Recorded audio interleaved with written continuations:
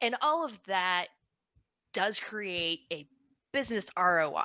If you have someone doing that, it's getting done, it will end up paying off. Mhm. Usually sooner rather than later. Because again, it's one of those things. You get someone else doing it, stuff is getting done. People are getting responded to faster. They're getting responded to better because you aren't getting half an email out and then getting distracted by, oh no, the dog ate dinner off the counter. Oh God. Um, and that way, people are responding to you better. You can do more with marketing because you have someone else helping you with it. You can do more with your social media because someone is helping you with it. You can do more with your website because someone is helping you with it. It expands your ability to grow. Welcome to the Wealth Through Real Estate Investing podcast, your source for real-world strategies focused on creating long-term wealth, cash flow, and financial freedom through real estate. Through guidance, tips, and stories of highly successful real estate investors and thought leaders, we provide you the tools to succeed and reach the lifestyle you always wanted. And now your host, Dwaine Clarke. Hello and welcome to the Wealth of Real Estate Investing podcast. This is your host, Dwaine Clarke, and today we have Selena Thiele. Selena is the founder of Office Mercenaries. Her company supports entrepreneurs and business owners with administrative, creative, and technical support. Lots of us folks, especially in the real estate industry, is really understanding that there's so many tasks to be done in our business, but we can't handle it all, nor should we. So engaging a virtual assistant should be one of our top priorities. So I'm glad to have Selena on the show to kind of talk about her business and how else we can get help. So Selena, how you doing? And how you doing, my friend? I'm doing fantastic. How are you? I'm looking forward to it. So again, I had mentioned right at the pre-show that I just went to this conference last week as a virtual conference, and by the time we left there, I had so much notes on like the things I thought I had things under control, but there's like so much more things I need to add on, like these systems and all these processes and marketing things and all that stuff. So I found out I may actually have to expand the team to get more virtual assistants. So you're coming in perfect timing, and actually talk about this a lot with a lot of the podcast guests and a lot of the entrepreneurs that I'm talking to every single day, as far as kind of the things they need to do to expand their business. So before we get started, would you mind talking about how you got started in industry and a little bit more about your company? Absolutely. So I started out kind of accidentally. I had gone to college. I did what you're supposed to do. I had just a year where I was just sick all the time. So I came home, and over the course of trying to like get my allergies under control and all this kind of stuff, basically my dad, who is a home inspector, and so he knows a lot of construction guys and all of that kind of stuff, and was sitting there like, hey Selena, this guy over here needs a fill in for his office manager for like 2-3 weeks. Mm. I was there for 2.5 years and ended up basically running the show for quite a while. And I skipped in between a lot of different construction companies and other companies. And the thing that I always saw was that I ended up being the, we don't know what to do with this. Hey, you, Selena, figure it out. Just, I don't know, figure it out. Take some time. So I ended up with this really weird breadth of knowledge that seemed that like a lot of small and medium sized businesses just really needed. And if you weren't at a size where you had that person in the office where you could go, hey, I don't know, figure it out, what do you do? Hmm. Aha. So when I decided to go out on my own, it was like going out on your own is always kind of a weird transition. It's a scary transition because there's not like that support system of like I am working from 8 to 5 and my lunch is at noon, and you don't get that at home. And all of a sudden you're at home and you're like, oh yeah, I have to set my own boundaries. uh, and so I did it on my own for about 3.5 years and was very like, I can totally handle this on my own. And then I was working until 11 p.m. every night and doing the same thing that a lot of the small business owners that we work with do. Hmm. You know, You don't take weekends, you don't take vacations, you don't see your family, you don't see your friends. And then I met the woman who would eventually become my business partner. Her name is Alyssa. I know you've met her a couple times. And that was the thing where I was like, oh, yeah, I shouldn't be doing this either. Mhm. I shouldn't be doing this any more than the business owners we're trying to help are. This is silly. Let's expand. And so that's kind of how Office Mercenary came to be. We expanded. We had the two of us kind of put together systems and processes and figure out project management and all those kind of high-end things, and brought in some VAs. And now we're at 4. We're about to be at 6. Kind of a gentle scale to make sure that the people that we have are getting full on hours and we Mhm. aren't getting overwhelmed, but everyone's taken care of. That's always the goal, to make sure clients are happy, we're happy, no one is feeling stressed and overwhelmed anymore, more than like general life kind of dumps in your lap. Mhm. So some of that is unavoidable, but what you can't avoid, you should. Exactly. So one thing is, people kind of get the misconception of a virtual assistant. People kind of think of like, data entry type of things, but people realize like the skill set you mentioned, you had to just figure things out, learn things, and it's very valuable resource.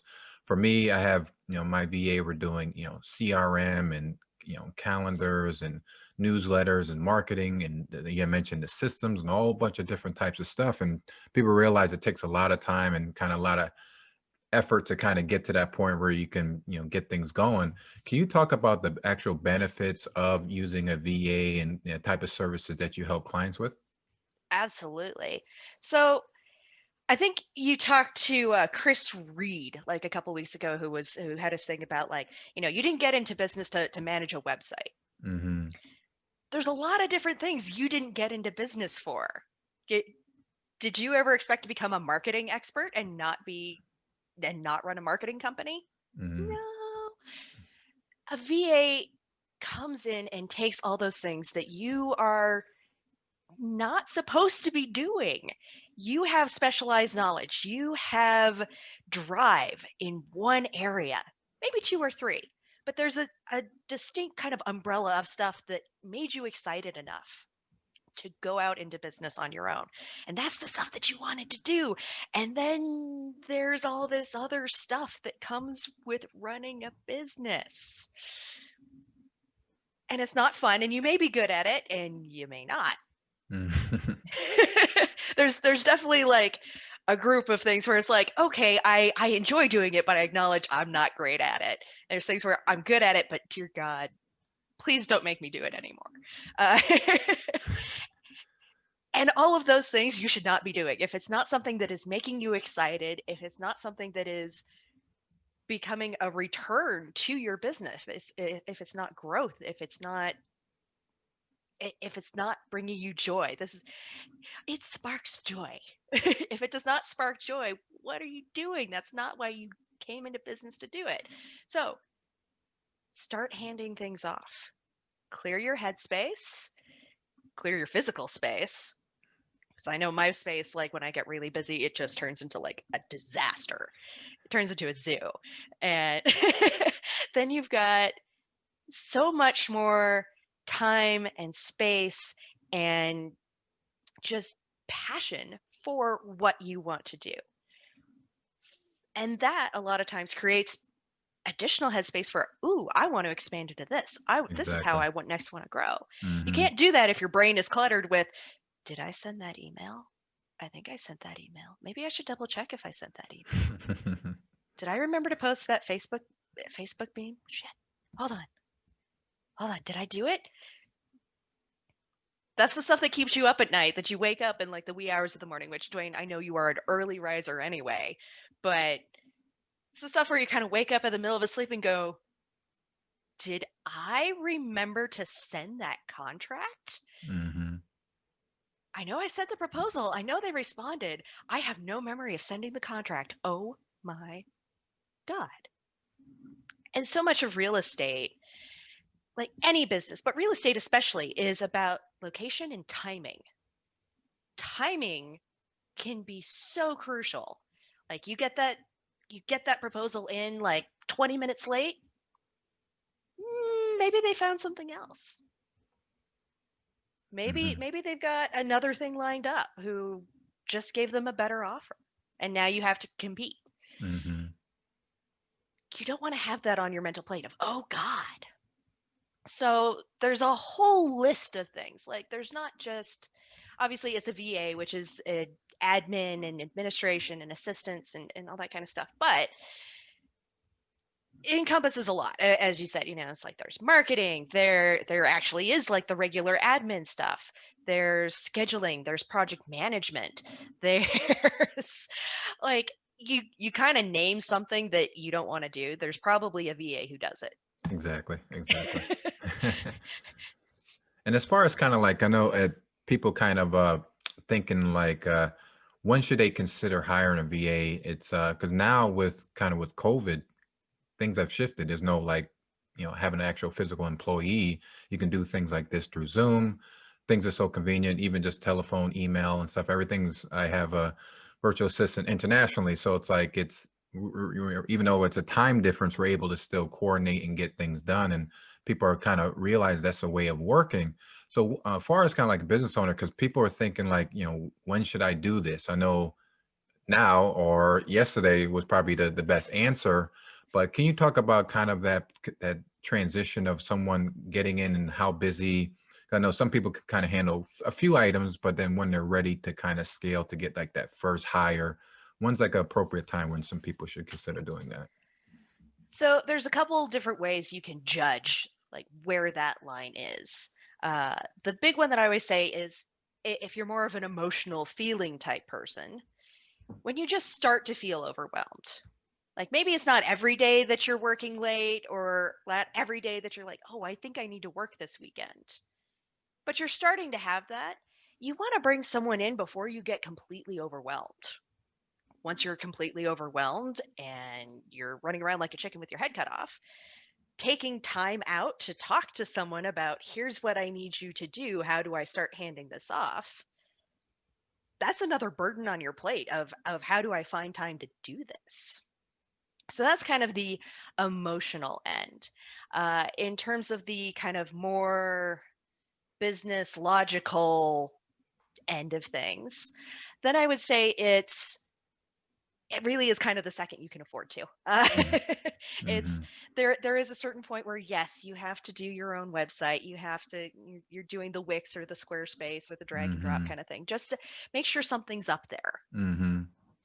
But kind of as soon as you can afford to, it's like, hey, I want a website that looks nice. Mm-hmm. And I know I can't do that. I want a Facebook page that like posts regularly, Mm-hmm. as opposed to once whenever I think about it. Exactly. And all of that does create a business ROI. If you have someone doing that, it's getting done, it will end up paying off. Mm-hmm. Usually sooner rather than later. Because again, it's one of those things, you get someone else doing it, stuff is getting done. People are getting responded to faster. They're getting responded to better because you aren't getting half an email out and then getting distracted by, oh no, the dog ate dinner off the counter. Oh God. And that way, people are responding to you better. You can do more with marketing because you have someone else helping you with it. You can do more with your social media because someone is helping you with it. You can do more with your website because someone is helping you with it. It expands your ability to grow. Absolutely.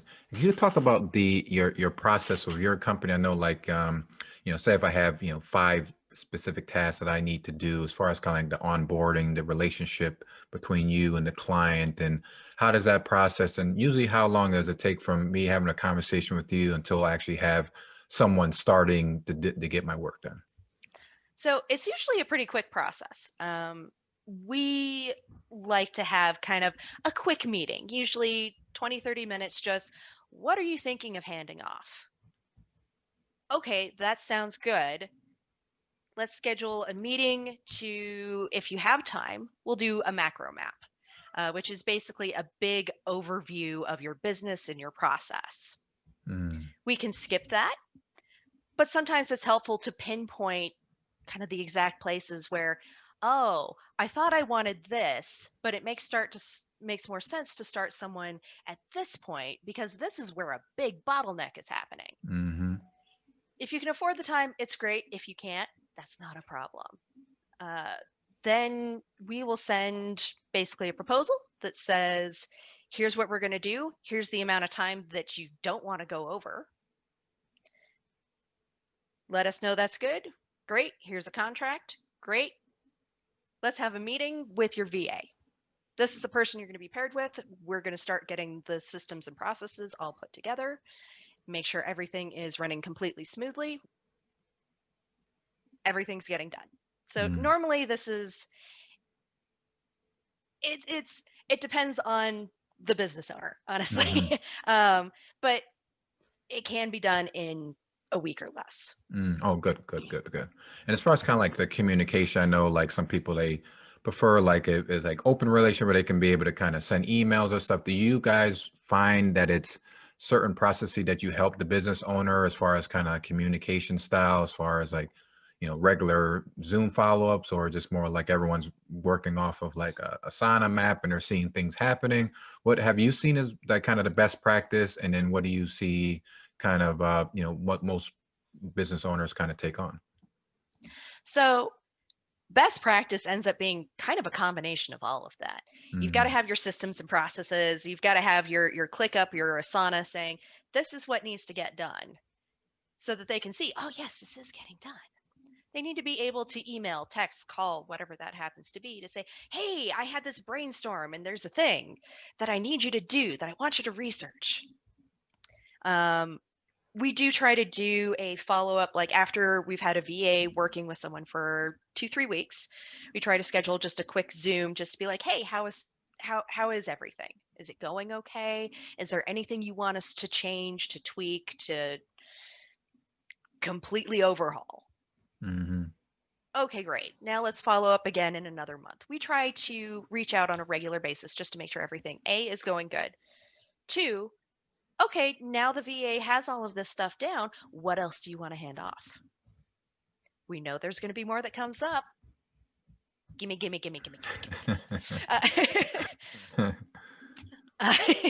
So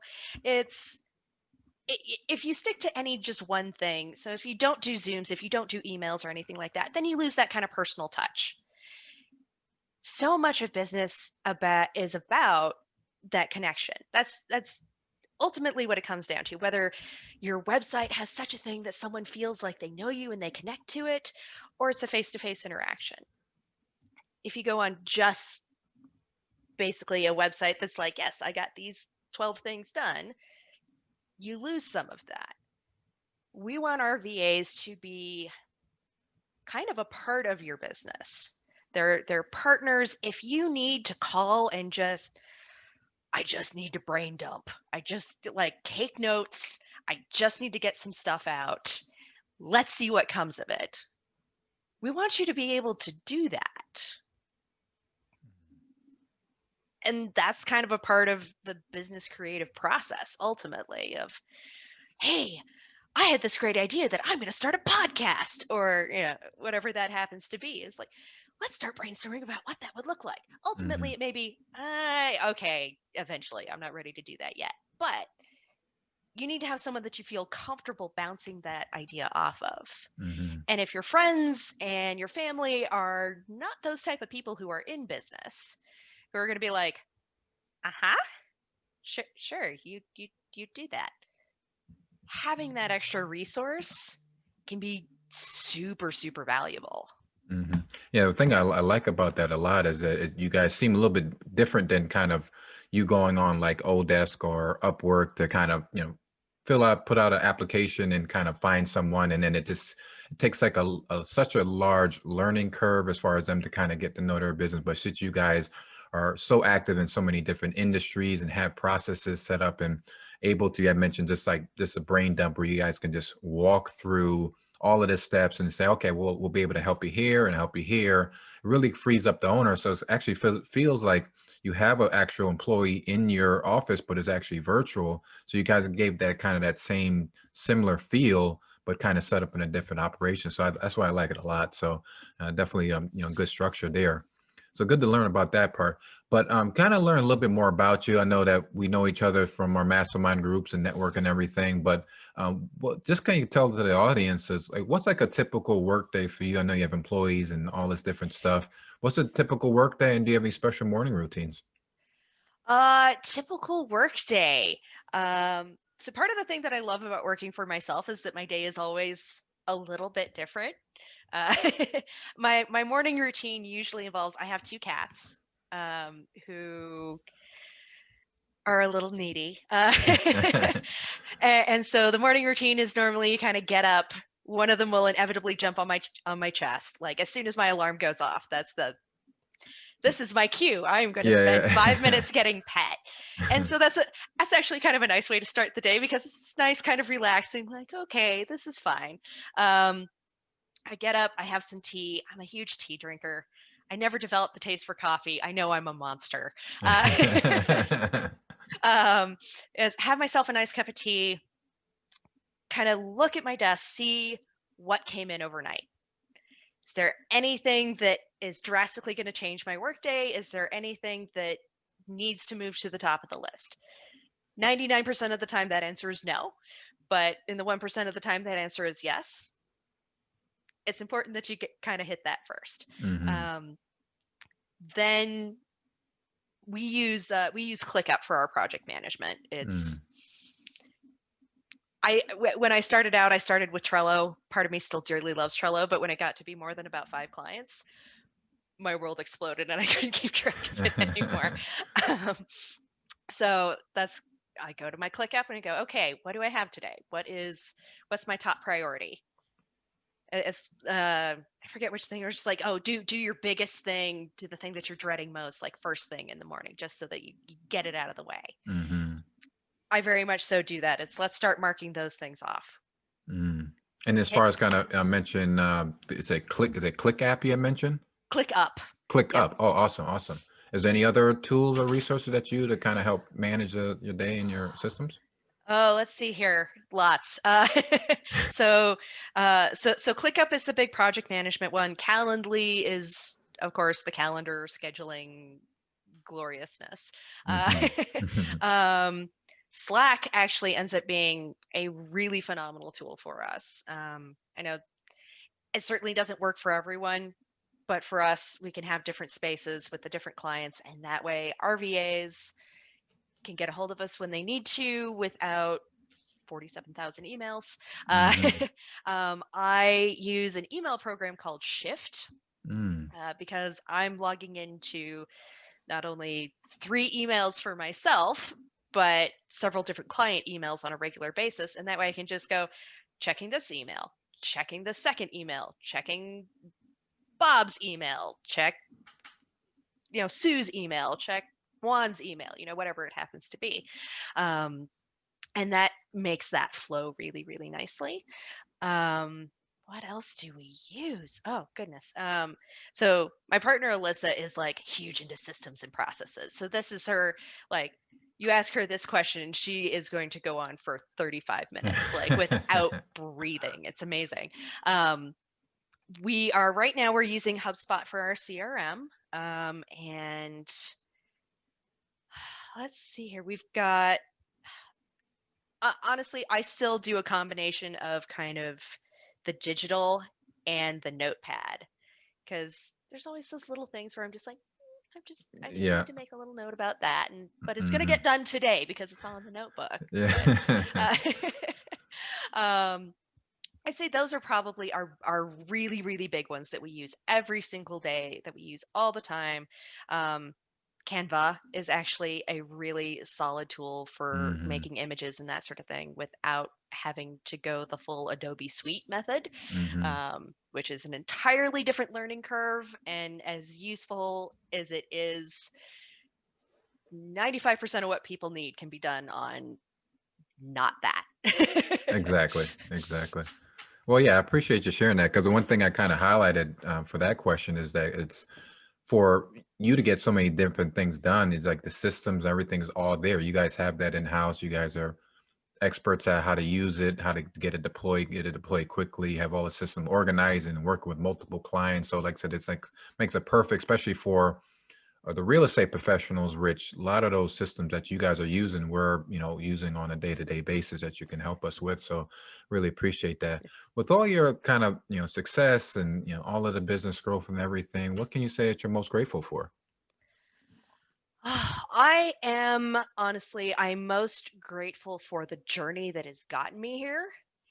It has been a bumpy road sometimes, but it's kind of led to this moment. Yes, 2020 has been 2020. Time to remember. That's what people say. It's 2020. it's 2020. But it's been such this incredible journey to get to this moment where it is like, yeah, we're doing good as a business. We're able to help a fair number of people.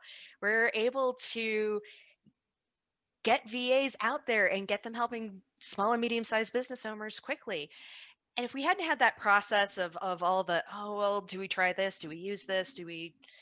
All of that kind of bashing your face against a wall type stuff in order to get here, then you wouldn't actually be here. You'd be an entirely different person. You'd be in an entirely different place.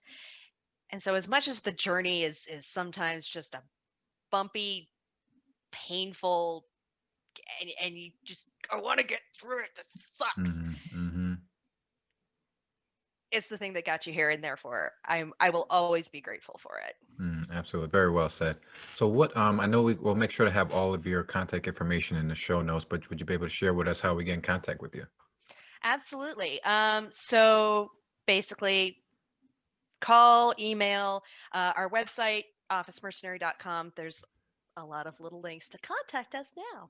I actually just put up a blog yesterday about the virtual assistant for real estate businesses with a couple 7 points on here are the kind of the big things that a real estate professional can hand off from like accountability and research and email and again, the full list of doom. So the easiest way, 100%, is probably to go to the website, do that, schedule a consultation. And that'll give you that joyful little Calendly link that we love so much. Just to kind of start that process, have a 30-minute conversation, see what we can do. I like that a lot. Selena, really appreciate it. Like I said, definitely a lot of value from that. And like I said, the virtual assistants, like I said, it's changed my whole business, and glad that I was able to adopt that really early on in my business to help me kind of grow and scale. So really pleasure meeting you. And then I look forward to seeing you at the next meeting, our virtual mastermind meeting, and look forward to connecting with again soon. Yep. Sounds great. Thank you so much for having me. All right. Thank you. And talk to you soon. Take care, my friend. Talk to you later. Bye. Bye-bye. Thanks for joining us on this episode of the Wealth Through Real Estate Investing podcast. Don't forget to subscribe and leave us a review on iTunes or the listening platform of your choice. Also, please check us out at DwaineLClarke.com, as well as find us on Facebook for more useful content and resources.